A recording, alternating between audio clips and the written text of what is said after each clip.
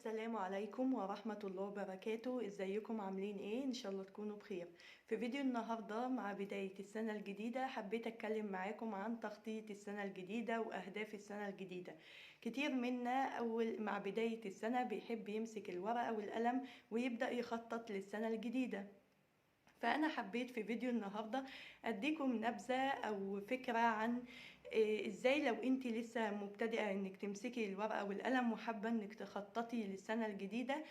أديكي نبذة عن إزاي تخططي للسنة الجديدة وتكتبي أهدافك وإيه هي أهم صفحات البلانر اللي أنت هتبدأي فيه ان شاء الله باذن الله. وبعد ما هكلمكم عن ده هديكي نموذج لشكل البلانر بتاعي وهقولك انا بستخدم ايه فيه، عشان اللي انا بستخدمه جوه البلانر بتاعتي دي بتخليني عندي الحافز ان انا افضل مكملة طول السنة. اهم حاجة لازم نبقى عارفين ان احنا في بداية السنة وانت بتكتبي اهدافك، بتكتبي اهدافك عامة خلال السنة. اهداف عامة يعني بتقولي انا خلال السنة دي انا عايزة احقق كذا واعمل كذا واعمل كذا وكذا. بتختاري 5 اهداف 4 6 3 على حسب ما انتي ما بتختاري اهدافك، سواء اهدافك بتكون صغيرة او كبيرة. المهم ان هي ما تبقاش كل اهدافك كلها تكون كبيرة واهداف لا اما تكون كلها صغيرة. بالعكس لازم تكوني منوعة هدف واحد بس خلال السنة يكون كبير، انك تحققي حلم من احلامك مثلا، ويكون الاهداف اللي بعد كده اهداف تكون صغيرة شوية. اهدافك بتكون مترتبة على انت عايزة تعملي ايه او انت عايزة توصلي لايه في اخر السنة دي. في فيديو النهاردة انا هقولك البلانر بتاعك ازاي تكتبيه. اول حاجة انك بتكتبي اهدافك طبعا عامة زي ما قلنا، بتكتبي ال5 أو 6 اهداف، هدفين منهم مثلا كبار او هدف واحد كبير والباقي يكون صغير. اهدافك بتكون متعلقة بايه؟ لو انت مثلا امثال مثلا زي لو انت عايزة تحفظي القرآن، او لو انت عايزة تقربي من ربنا اكتر، ده في جانب العبادة. في جانب عملك لو انت مثلا عايزة تبدأي عمل جديد، مشروع جديد لنفسك، او عايزة تكوني في الشغل بتاعك تترقي فبتبدأي تشتغلي على نفسك اكتر، او لو انت طالبة بيكون هدفك انك تذاكري كويس عشان تكوني من الاوائل او الاولى على الدفعة بتاعتك. فكل سن وليه هدف معين. حتى المتزوجات ممكن يكون هدفهم ان هم يربوا ولادهم تربية إيجابية، أو نعلم ولادنا مثلا حاجة في الدين، فبيبقى ده هدف انتي بتكوني كاتباه خلال السنة دي هعمل ايه. وأكيد كل واحد عارف هو أهدافه ايه وحابب يوصل لإيه. تاني حاجة لازم تكون أهدافك بعد ما بتعملي الأهداف العامة للسنة كلها بتبدأي تعملي أهداف محددة. يعني ايه؟ يعني مثلا بتقسمي اول 3 شهور او 6 شهور على حسب ما انتي عايزة تاخدي الاهداف بتاعتك دي تقسميها على وقت معين. يعني مثلا بتاخدي هدفين او 3 وبتبداي تقولي انا خلال ال6 شهور الاولانيين من السنة هبدأ اركز على الهدف ده وده وده، وبتبداي تحطي له وقت انك تقعدي في الوقت ده تشتغلي على الهدف ده عشان خاطر توصلي للنتيجة. لان احنا مش مطالبين بالنتيجة، احنا مطالبين بالسعي، ان احنا نسعى، والنتيجة دي طبعا على ربنا سبحانه وتعالى، وبإذن الله اللي بيسعى اكيد هيلاقي نتيجة. تاني حاجة بعد ما بتعملي أهدافك عامة وأهداف محددة، تالت حاجة بتبدأي بقى تنظمي عجلة الحياة المتوازنة. عجلة الحياة المتوازنة دي بتكون عبارة عن علاقتك بربنا، علاقتك بنفسك، بأهلك، بشغلك، بصحتك، علاقتك مثلا بالمال بتاعك. كل علاقة من عجلة الحياة المتوازنة أو كل جانب من الجوانب دي بتبدأي تحددي لها صفحة معينة. بتخلي صفحة للعبادة وانت عايزة تعملي ايه لربنا سبحانه وتعالى خلال السنة، صفحة لنفسك انت عايزة مثلا تكافئي نفسك، عايزة تعملي ايه بالظبط لنفسك في السنة دي. الجانب العقلي بتبدأي هتعملي ايه، مثلا هتسمعي كتب ولا هتاخدي كورسات ولا هتقرأي كتب ولا هتعملي ايه؟ هتشوفي فيديوهات مثلا مفيدة. بتختاري في الجانب العقلي عن حاجات تزكي عقلك وتهتمي بيه اكتر. في كل جانب من الجوانب دي بتبدأي ان انت تشوفي انت محتاجة هدف ايه معين في الجانب ده، وبتبدأي تكتبيه وتخلي لكل جانب صفحة معينة. من اهم صفحات البلانر لازم يكون عندك صفحة للميزانية. يعني لو انت طالبة وبتاخدي مصروف، يبقى الصفحة بتاعتك دي معتمدة على ان لازم المصروف بتاعك كله ما يتصرفش، ويكون في جزء لنفسك كادخار. طيب لو انت بتشتغلي، يبقى فيه اول ما تقبضي لازم يكون في حاجة اسمها ادفع لنفسك اولا. اول حاجة اعملها اني اخد جزء لنفسي انا، والباقي بقى ابدأ اتصرف فيه. وده بيعود عليه بانك في الاخر بيكون معاكي مبلغ مالي كويس ممكن تشتغلي بيه، او ممكن يكون تشتري بيه حاجة تنفعك.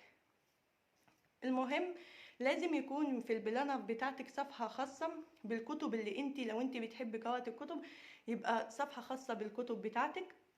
لو انت بتحبي مثلا تتفرجي على افلام معينة، بتبدأي تحطي صفحة للأفلام اللي انت هتشوفيها في خلال 2023 السنة الجديدة.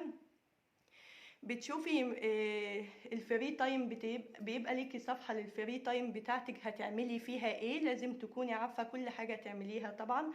بيكون ليكي صفحة للتواريخ والأعياد الميلاد المهمة اللي انت هتكوني مستعدة لها خلال السنة عشان ما تنساهاش. بيكون كمان في صفحة للإنجازات المهمة اللي انت هتعمليها في خلال السنة. أي إنجاز بتنجزيه هتبدأي تكتبيه.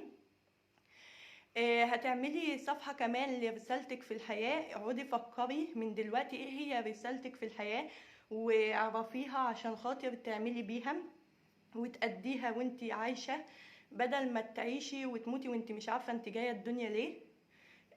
تاني حاجة لازم يكون عندك صفحة للمفضلات بتاعتك. انت بتفضلي ايه في حياتك عشان تكوني على دراية بالمفضلات بتاعتك. لازم اهم حاجة في ده كله ان لازم يكون عندك صفحة للمبادئ بتاعتك. انت تبقي لازم تكوني عارفة مبادئك اللي انت هتكوني عايشة على اساسها. في ناس ما تعرفش مبادئها ايه وعايشه وخلاص. لا، انت اقعدي فكري مع نفسك ايه هي مبادئك، وابداي رتبيهم. اول مبدأ بالنسبه لك هو ايه؟ ان كان كرامتك دي اهم حاجه فتبقى هي اول مبدأ. ان كنت مثلا بتحبي التقدير فيبقى تاني مبدأ. ان كنت بتحبي الحب فيبقى ده تالت مبدأ. وابداي رتبي المبادئ بتاعتك. كمان ابدأي اعملي صفحة لنقاط القوة بتاعتك ونقاط ضعفك. نقاط قوتك دي هتفيدك انك تعرفي نفسك ايه هو الحافز اللي عندك، وايه هي نقاط قوتك اللي جواكي، فتبدأي تستخدميها وتشتغلي عليها. وتبدأي تعرفي نقاط ضعفك اللي انت لازم تتخلي عنها وتبدليها بنقاط قوة. وكمان لازم يكون عندك صفحة لعادات انت لازم تكتسبيها، لكن بشرط ان العادات دي ما تتعداش ال3 عادات. يعني مثلا قولي مثلا خلال ال3 شهور الاولانيين هبدأ ان انا اصحى بدري وانام بدري، فدي مثلا خليها عادتين. انك تنامي بدري عشان تحاولي ان انت تنامي بدري، وتصحي بدري، فخليها العادة التانية اللي انت هتكتسبيها. تالت حاجة انك مثلا تواظبي على صلاة الفجر او ذكر معين، او حتى تبدأي تعملي حاجة من مفضلاتك اللي انت او هواياتك اللي انت بتحبيها. زي مثلا لو انت بتحبي هواية معينة تبدأي تشتغلي عليها خلال ال3 شهور، فدي عادة هتبدأي تكتسبيها. ده كله لازم يكون موجود عندك في البلانر. دلوقتي البلانر بتاعتك لازم تكون عبارة عن ايه؟ جمل تحفيزية. ابدأي خلي ما بين كل صفحتين 3 جمل كده تحفيزية بتعمليها بشكل حلو جدا. الجمل دي لما بتيجي تقرأيها، او الاقتباسات دي لما بتيجي تقرأيها، انت بتحسي ان انت بيكون عندك حافز انك تكملي. مش بتيجي في بعد شهرين 3، او بيكون عندك دافع قوي انك تبدأي اهداف السنة الجديدة وتقعدي تخططي وتعملي ده كله، وتيجي بعد شهر او 2 تبدأي تملي وتبدأي ايه؟ ما تعمليش اي حاجة من اللي انت كنتي بتقولي انا هعملها. لا، بتبدأي تخلي البلانر بتاعتك ان كل يوم لازم تفتحيها. البلانر لازم يكون شكلها حلو ومبهج عشان انت تكملي وتحسي ان انت مبسوطه وانت ماسكاها. دلوقتي انا هديكم نموذج مثلا على البلانر بتاعتي. انا مش بوريكي انا عامله ايه، بس بوريكي انا مش يعني حاطه ايه، استيكر ايه، مستخدمه ايه عشان اخليه مبهج شويه والكلام ده. طبعا مش شرط انك تجيبي بلانر جديده، ممكن تستخدمي كشكول عندك يكون شكله حلو، او تغلفيه وتبداي تشتغلي على الجلاد بتاعه من بره ان انت تزوقيه، وتبداي لو هي صفحاته نضيفه من جوه تبداي ان انت تبداي فيه عادي. انا مثلا البلانر ده معايا مخططه فيه 2021 و2022، ودي تالت سنه. ادم الورق بتاعه كتير وما خلصش، فانا اكيد مش هرميه واشتري حاجه جديده. فبدات ان انا اخطط فيه 2023، وكل سنه طبعا كان ليها نظام معين وكان لها استفاده طبعا معين. وانا في 2020 غير 21 غير 22، دلوقتي بقى عندي خلفيه اكبر ازاي اخطط وازاي ابدا بلانر جديده وازوقها ازاي واعمل فيها ايه. اول حاجه كاتباها طبعا اللي هي السنه بتاعتي، وبدات استخدم ورق زي ده بتاع الكرتونه عادي، بدات اقطعه والزقه.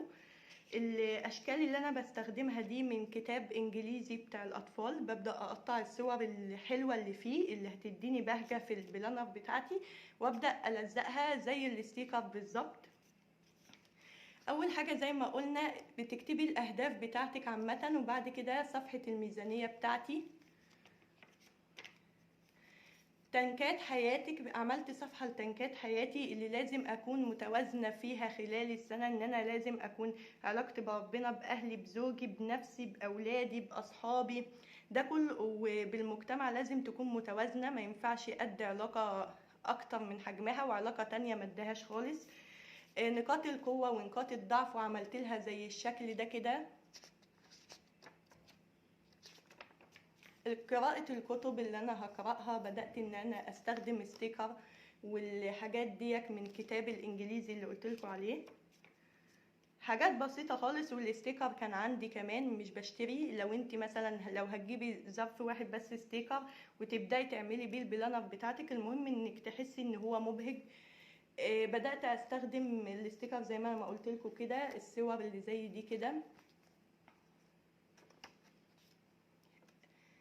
اهم حاجه كمان في البلانر انك تعرفي اولوياتك وتعملي صفحه لاولوياتك، وتعملي كمان صفحه للعمل الخاص بيكي لو انت مثلا عايزه تبداي مشروع جديد، او تعملي صفحه للشغل بتاعك، او تعملي صفحه لو انت طالبه لهدفك اللي هو المذاكره بتاعتك عايزه توصلي فيها لايه. ده مهم جدا. بتبدأي ترسمي في البلانر بتاعتك حاجات زي لو انت بتعرفي ترسمي ابدأي ارسمي، لو بتحبي تشفي شفي، المهم ان انت تعملي اشكال حلوة في البلانر بتاعتك. انا عملت لنفسي صفحة للمكافأة وعملت عليها شوية ستيكر كده ورسم حاجة بسيطة كده، وكتبت فيها حاجات تحفيزية لان كل ما هشوفها هبدأ اكافئ نفسي على الحاجات اللي انا هشتغل على نفسي فيها عليها مثلا. فهبدأ طبعا ان انا اكافئ نفسي، والصفحة دي هتذكرني بمكافأة نفسي. انا استخدمت ان انا مثلا اعمل اورنج هنا، ارسم، اخلي الشكل يكون مبهج اكتر. الصور دي صفحة مثلا لصحتي، فبدأت اجيب صور زي الحاجات دي كلها من كتاب انجلش زي ما قلت لكم، وبقيت اقص فيها وبستخدمها عادي. صفحة اللبس بتاعتي جبت حاجة بتدل على اللبس، جبت صور زي دي كده بتدل على المفضلات بتاعتي. عجلة الحياة المتوازنة عملتها على خلال عجلة. انا خصصت صفحة للبيت بتاعي عشان خاطر اهتم بيه اكتر بتفاصيله بنظافته. يوم الجمعة حبيت ان انا اخليها زي مثلا صفحة الفري تايم، الافلام اللي انا هشاهدها. اما دي بقى صفحة عبارة عن جمل تحفيزية بالانجليش وبالعربي. الحاجات دي لما بقرأها بحس ان انا فعلا عايزة اكمل، مش عايزة اقف خالص. زي ما انتم شايفين كده، ده ظرف ده بحط فيه حاجات. بستخدم كل الحاجة من البيت عادي، مبادئي بس الصفحات ديك بحب استخدمها، وزي ما قلت لكم انا ازاي بزينها وبعملها ازاي. ودي لو انتوا عايزين تفاصيل اكتر وانا قلتها لكم في الفيديو انا بزينها ازاي. وان شاء الله باذن الله اتمنى لكم سنة جديدة سعيدة، وربنا باذن الله يخرجنا يجعل السنة دي سنة خير، يحقق لنا اهدافنا، يجعلنا سعداء فيها، ويكتب لنا الخير يا رب فيها. انا اسفه اني اتاخرت عليكم كده، بس عشان خاطر كان نفسي اطلع لكم كل علم انا اتعلمته واقوله لكم. آه، دلوقتي طبعا هسيبكم على خير في حفظ الله. مع السلامه.